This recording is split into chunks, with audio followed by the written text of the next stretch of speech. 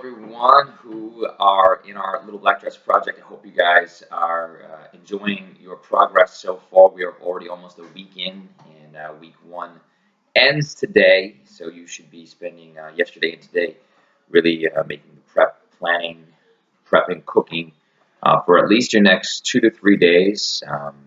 I always recommend starting off your prep for at least 2 to 3 days in advance. Sometimes when you go a full week, it can be a little overwhelming. So if you take it at chunks, spend a day for 2 or 3 days, then about midweek, spend a day for 2 or 3 days. It'll get you through the week that way, easier that way. You would essentially, you can either go grocery shopping one time for everything, or you can break it up as well, do 2 or 3 short mini baths. But so you should be preparing for that. If for some reason you haven't started the program yet, or you got a late jump on it, jump in with week number 2. You have all the materials, you have everything. You've purchased this program. You might as well start jumping in right now. The times to do it is now. You can still get huge benefits from it, whether you do this for 4 straight weeks or 1 week. It doesn't matter. You're going to get something out of it. So I'm doing this video to answer some questions that have come up over the last week. If you have not seen them on our private Facebook page or through the emails that I've been sending you guys, I figured it'd be good to answer them in a video sense so I can elaborate on a few other things. First and foremost, when it comes to the recipes, serving sizes, how much to eat, how little to eat, most of you are going to need to change your thought process in terms of what you normally view food, or the general consensus from how you view food in terms of proteins, carbohydrates, fats, serving sizes. That pretty much needs to be thrown out. I really want you guys to focus on the quality of the ingredients that you're taking in. These are such good quality foods that you're eating. There's very little to no added sugars, sodiums, any sort of sweeteners or any sort of additives in terms of the products that you're taking in here, things that are made in a factory, things that are made by man, that you have to have 80 different hands on to touch before they get to your plate or to get to your mouth. So when it comes to the amount of foods that you're taking in, really the sky's the limit. If you're hungry, you want to eat. If you eat and you still feel hungry, have some more. If you eat and you're not hungry anymore, then stop. The quality of the food is so good that you're not going to have to worry about how much you're eating or how little you're eating, because you're going to be basing it off of how you feel in terms of satiation. So when you eat more consciously. All right, don't just shovel the food in, suck it down in 5 minutes, and go back for another plate. I highly recommend that you eat, chew, make sure you're conscious of the chewing that you're doing. Take your time eating your food so that your body can catch up to it. Sometimes we can trick our body into eating so quickly it doesn't actually digest, and then we go up for seconds or thirds, and then we're having more than we need to. So listen to your body. Go on that method. Serving sizes. Some of the recipes that I've linked. I've linked all of the recipes on the in the recipe book to their original source. So if you go and look down below under the actual recipe, you will see there's a link there. It says adapted from this recipe. You can just click on that. It'll take you to the web page. Some of those pages actually do tell you the serving sizes, so it'll give you a little bit more of a heads up. But like I said, everybody's going to be different in terms of what they should be taking in with that, depending on their sleep habits, depending on their frequency of eating, depending on your output of physical activity. So everybody will be a little different. You have to adjust that, and that's an ongoing process that you'll be adjusting. It'll never be a specific thing. So just keep that in mind. Don't forget that link. Those links are always there for you to go to the original recipe. Speaking of recipes, we had a couple of questions this week about one of the recipes, the pulled carrot sandwich, the barbecue sandwich. Some of you had made mention to saying that it was really spicy. Please make sure you're reading all the instructions in the recipe book. I specifically put in there that the pepper spice, or the added pepper, was optional. I specifically put it in there that it's optional. You don't have to have it if you don't want a lot of spice. So just note that. And any recipe that you make, it is really important to remember that it's always a revolving door. Never just do a recipe or make a recipe and say, oh, that was no good, or I didn't like this, I didn't like that, I'll never make it again. It should always be something that you can add to make it an experience, make it fun. So if you find something is good, but you feel like you add another spice or take out a spice, and then the next time you make it, just note that in your recipe book. It might take you 2, 3, 4 times to perfect it to the way that you or your family likes it. So just keep that in mind when you're doing it. But please read through all of the instructions in the recipe book, because there are suggestions in there that for people who like certain things and for people who don't like certain things. Case in point being that carrot sandwich. So the next time you make it, adjust it accordingly. All right. A couple other questions we had were specific to some products that could not be found. Now, obviously, we're local here in Rhode Island and in the South County part, so our viewers who are doing this program with us all over, I'm not sure where you might be able to find these, but I can kind of give you the heads up. The Beyond Meat products that you're going to be needing for this week, the chicken strips or any Beyond Meat products, which are one of the best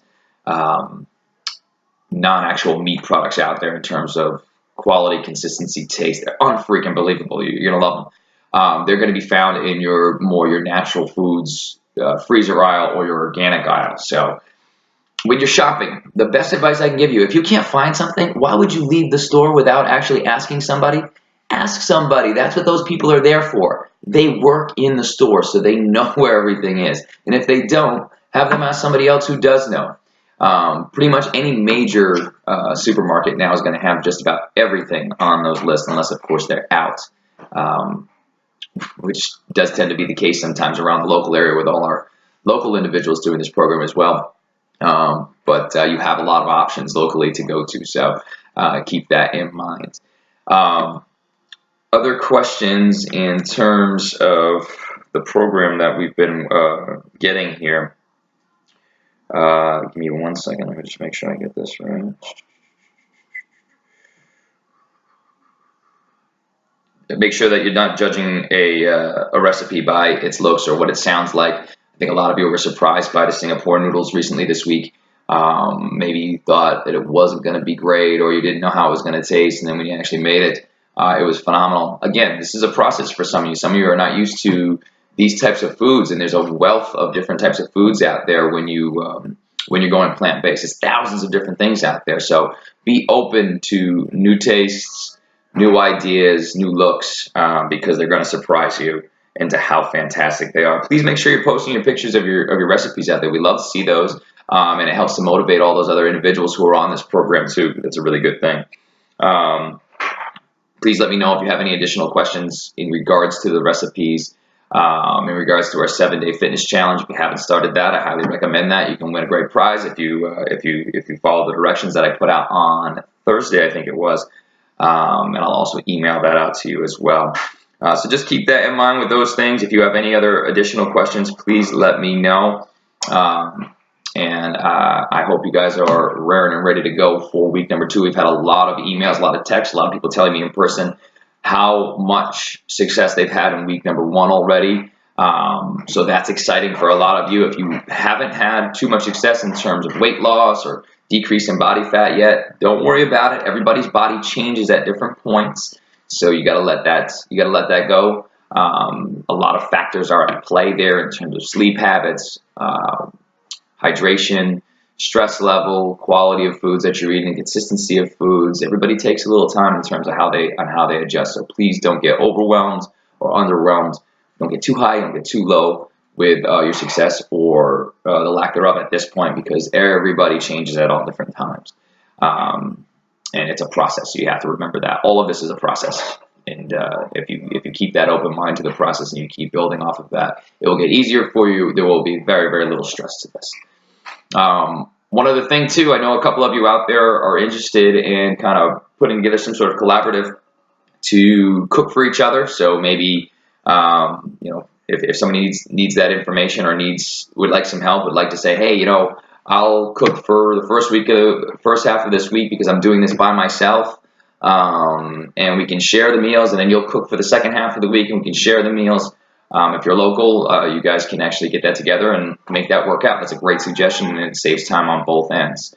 So just keep that in mind. All right. And for those of you who have big families that you're doing this with, which I think is so phenomenal, make sure you double, triple, quadruple the recipes, because we want to make sure that you're getting some of the foods too. I know a lot of times the families end up eating them all before you get to have it, and you might not have any leftovers. So if you're going to be if you're going to be cooking for a family of 3, 4, you probably want to double or triple it just in case, so you can have those recipes. Feed the whole family, including yourself, for that meal, and also have some leftovers for the days to come, which is a nice filler. It's all set, it's all prepped, it's all ready to go. Put it in a Tupperware, take it with you wherever you got to go. You have it for the day. You don't have to worry about snacking on stuff from the vending machine or going out and getting foods that you have no clue what is in them. So the key to our program here is the importance of creating your own foods, and because you know exactly what's in them. When you eat outside of your own home, your own kitchen, you have no clue what is in those foods, and you have no clue how it's prepared. And it's those things that we put into our body without even realizing it that can play a huge role into what we do. We also want you to realize the wealth of different types of foods that are out there, and how amazing the foods can taste when you go plant-based, and how easy it actually is. Yes, there's going to be prep time. Yes, there's going to be cooking time. But it's the only way that you're going to make big change. You cannot rely on somebody else. Unless, of course, you've hired a cook and you tell them exactly what to do.